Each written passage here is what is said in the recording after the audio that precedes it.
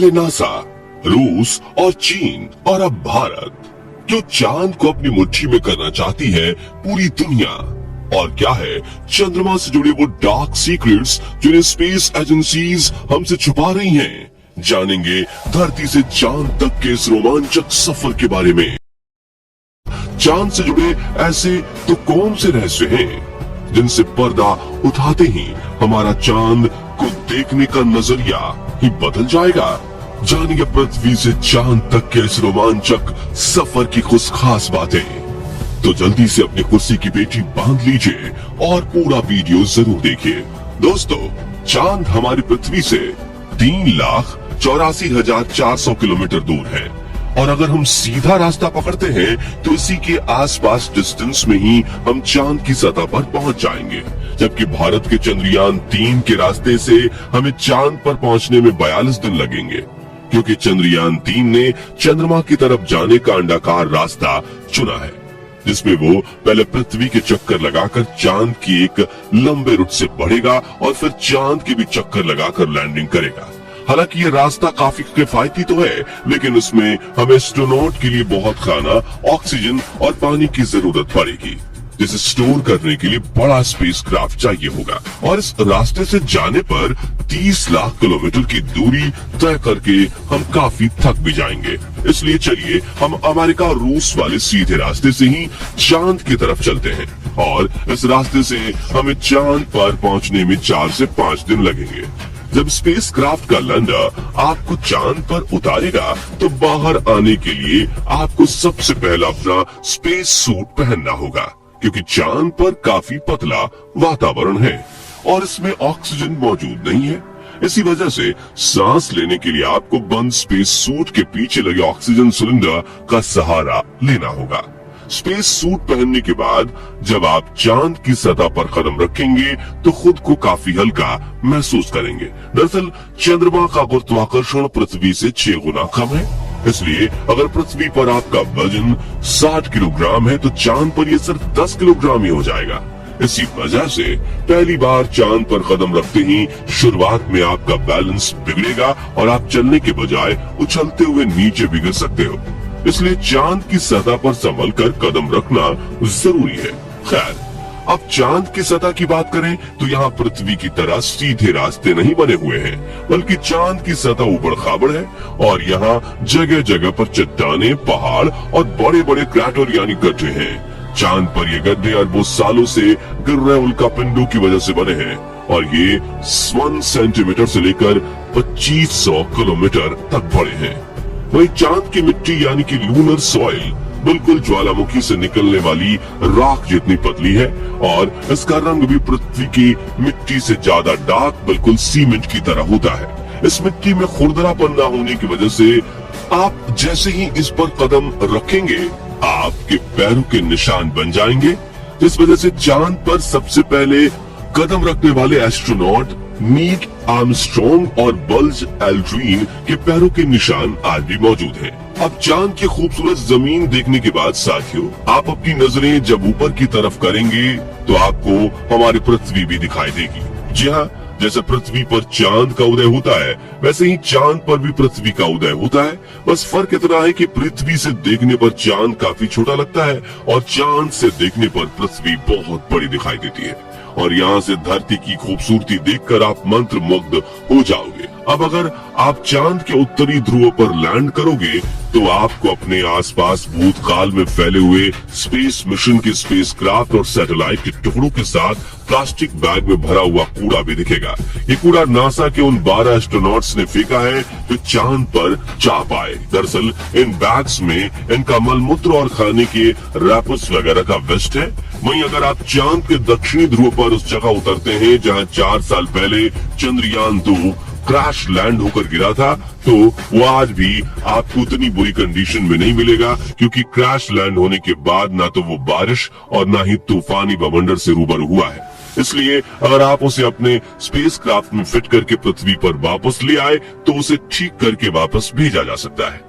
दोस्तों, आप ये तो जानते ही होंगे कि स्पेस के सभी सेलेस्टियल ऑब्जेक्ट्स पर अचानक उल्कापिंडों की बारिश हो जाती है। ये तो अच्छा है कि पृथ्वी की मैग्नेटिक फील्ड इन उल्कापिंडों को या तो साइड में धकेल देती है या फिर ग्रेविटी और एटमॉस्फेयर इसे धरती तक पहुंचने के पहले ही जलाकर राख कर देते हैं।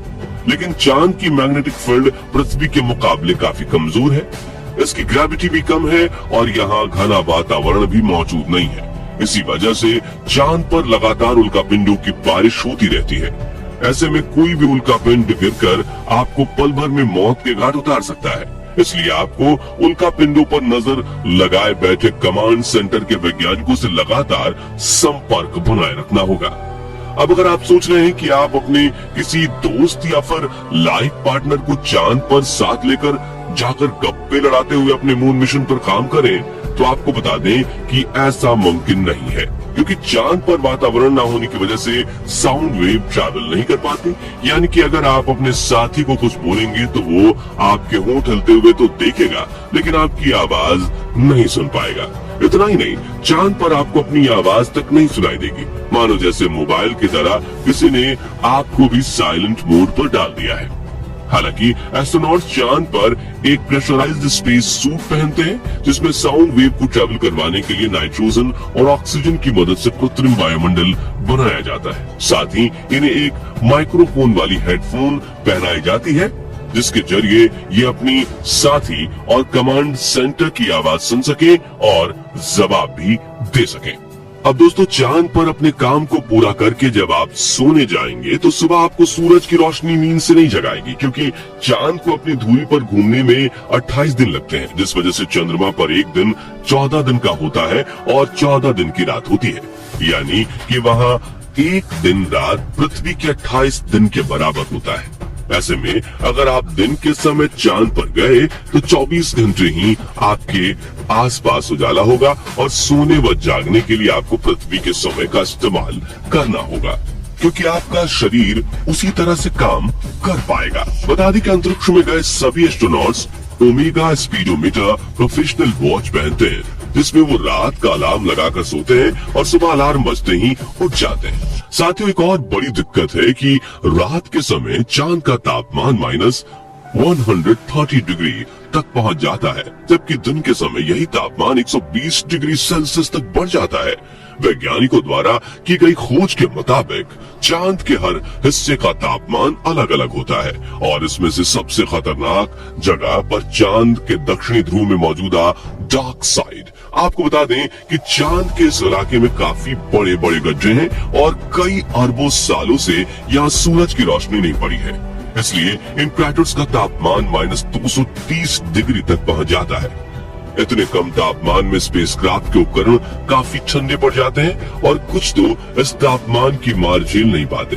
इसी वजह से दुनिया के किसी भी देश ने चांद के दक्षिणी ध्रुव में लैंडिंग नहीं की है और यही वजह है कि भारत अपने चंद्रयान 3 को वहां पर दिन के समय में ही उतारने वाला है, ताकि तापमान ज्यादा ठंडा न रहे। और इस लैंडिंग के साथ हम दुनिया के वो पहले देश बन जाएंगे जिसने चांद के दक्षिणी ध्रुव पर फतेह हासिल की है। दोस्तों, चांद अपनी धुरी पर एक चक्कर लगाने में 28 दिन लेता है, वहीं इसे पृथ्वी का एक चक्कर लगाने में भी उतना ही समय लग जाता है।